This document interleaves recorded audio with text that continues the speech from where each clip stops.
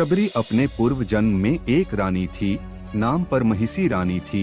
एक बार कुंभ के मेले में परमहिसी रानी और राजा दोनों साथ में गए थे। राजा का वहां पर शिविर था। रानी को एक दिन अपने खिड़की से ऋषियों का समूह दिखा, जो कि हवन कर रहे थे और मंत्रों का उच्चारण कर रहे थे। रानी परमहिसी का मन भी उन ऋषियों के बीच में बैठने का कर रहा था। रानी ने राजा से आज्ञा मांगी, लेकिन राजा ने कहा कि आप रानी हैं, इस तरह आपको शोभा नहीं देता, आप उन ऋषियों के बीच में नहीं जा सकती हैं। परमहिसी रानी अपने कक्ष में जाकर रोने लगी। रात्रि को परमहिसी रानी अपने कक्ष से निकलकर त्रिवेणी तट पर गई।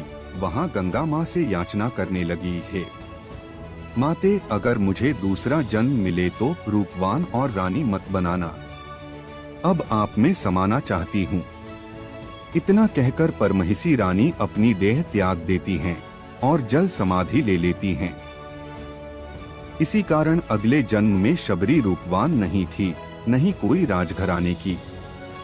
रामायण की कथा में माता शबरी को विशेष महत्व दिया गया है। माता शबरी भगवान राम की परम भक्त थी। इसके बाद भी उन्होंने भगवान श्री राम स्वयं चखकर मीठे बेर क्यों खिलाए थे? वह कौन सा स्थान है जहां शबरी ने भगवान राम को जूठे बेर खिलाए थे? पूरी जानकारी के लिए पढ़े ये लेख। रामायण की कथा में माता शबरी को विशेष महत्व दिया गया है। माता शबरी भगवान राम की भक्त थी। उन्होंने सालों तक भगवान राम और माता सीता की भक्ति करने के साथ उनकी प्रतीक्षा की थी। जब भगवान राम की माता सीता की खोज करते समय वन के रास्ते में माता शबरी से भेंट हुई। उससे पहले माता शबरी रोज मार्ग में पुष्प बिछाकर और चखकर मीठे बेर भगवान राम के लिए चुनकर रखती थीं, और एक दिन शबरी की इंतजार पूरा हुआ तो आखिरकार भगवान राम से उनकी भेंट हो ही गई। आइए जानते हैं कि वह कौन सा स्थान था जहां पर भगवान राम और माता शबरी की भेंट हुई थी।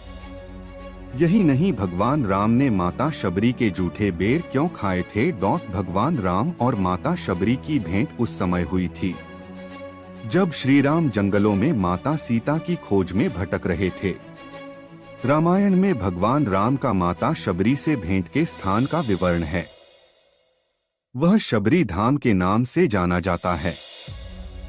शबरी धाम दक्षिण पश्चिम गुजरात के डांग जिले के आहवा से 33 किलोमीटर और सापुतारा से लगभग 60 किलोमीटर की दूरी पर सुबीर गांव के पास स्थित है।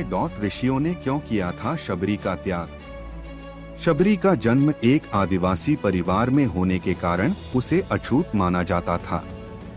शबरी के माता पिता ने उसका विवाह एक शराबी व्यक्ति के साथ तय कर दिया था। शबरी उसके साथ अपने जीवन को नष्ट नहीं करना चाहती थी, इसलिए वह विवाह से पूर्व अपने घर से भाग गई और वह जंगल में ऋषियों के लिए लकड़ी और खाने के लिए फल तोड़कर लाती थी।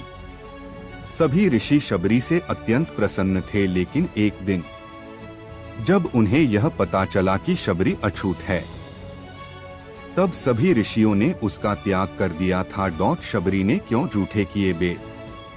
अतः में जब ऋषि मतंग ने उन्हें अपनाया और उन्हें शिक्षा दी, जब ऋषि मतंग का अंत समय आया तब उन्होंने शबरी को बुलाकर कहा कि एक दिन भगवान राम तुम्हारे पास आएंगे और तुम्हें इस संसार से मुक्त कर देंगे। तब से शबरी रोज फूलों से कुटिया को सजाकर और मीठे फल चुनकर भगवान राम की प्रतीक्षा करती थी, ताकि भगवान राम के मुंह में खट्टे बेर न चले जाएं। सालों तक प्रतीक्षा करते हुए जब शबरी बूढ़ी हो चुकी थी, भगवान राम माता सीता की खोज करते हुए उस वन में पहुँचे जहां शबरी की कुटिया थी। श्री राम ने ऋषियों पूछा शबरी का पता। भगवान राम जब तालाब से पानी लेने के लिए आगे बढ़े तब ऋषियों ने उन्हें रोक दिया और कहा कि इस तालाब से एक अछूत स्त्री जल लेकर जाती है। सभी ऋषियों ने इस तालाब का त्याग कर दिया है। यह सुनकर राम ने ऋषियों से कहा कि कोई स्त्री अछूत नहीं हो सकती है। स्त्री एक इंसान को जन्म देती है, वह किस तरह अछूत हो सकती है?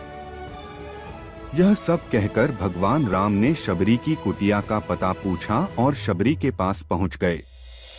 भगवान राम को परोसे जूठे बेर। भगवान राम जैसे ही कुटिया तक पहुंचे, शबरी ने उन्हें पहचान लिया और उनके चरणों में आकर गिर गई।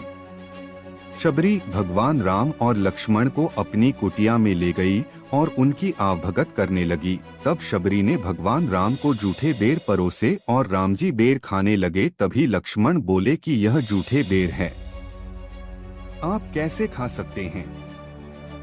इस पर श्री राम ने कहा कि यह झूठे नहीं, मीठे बेर हैं। इनमें माता शबरी के प्रेम और स्नेह की मिठास है। अंत में शबरी ने भगवान राम का आशीर्वाद ग्रहण कर अपना शरीर त्याग दिया।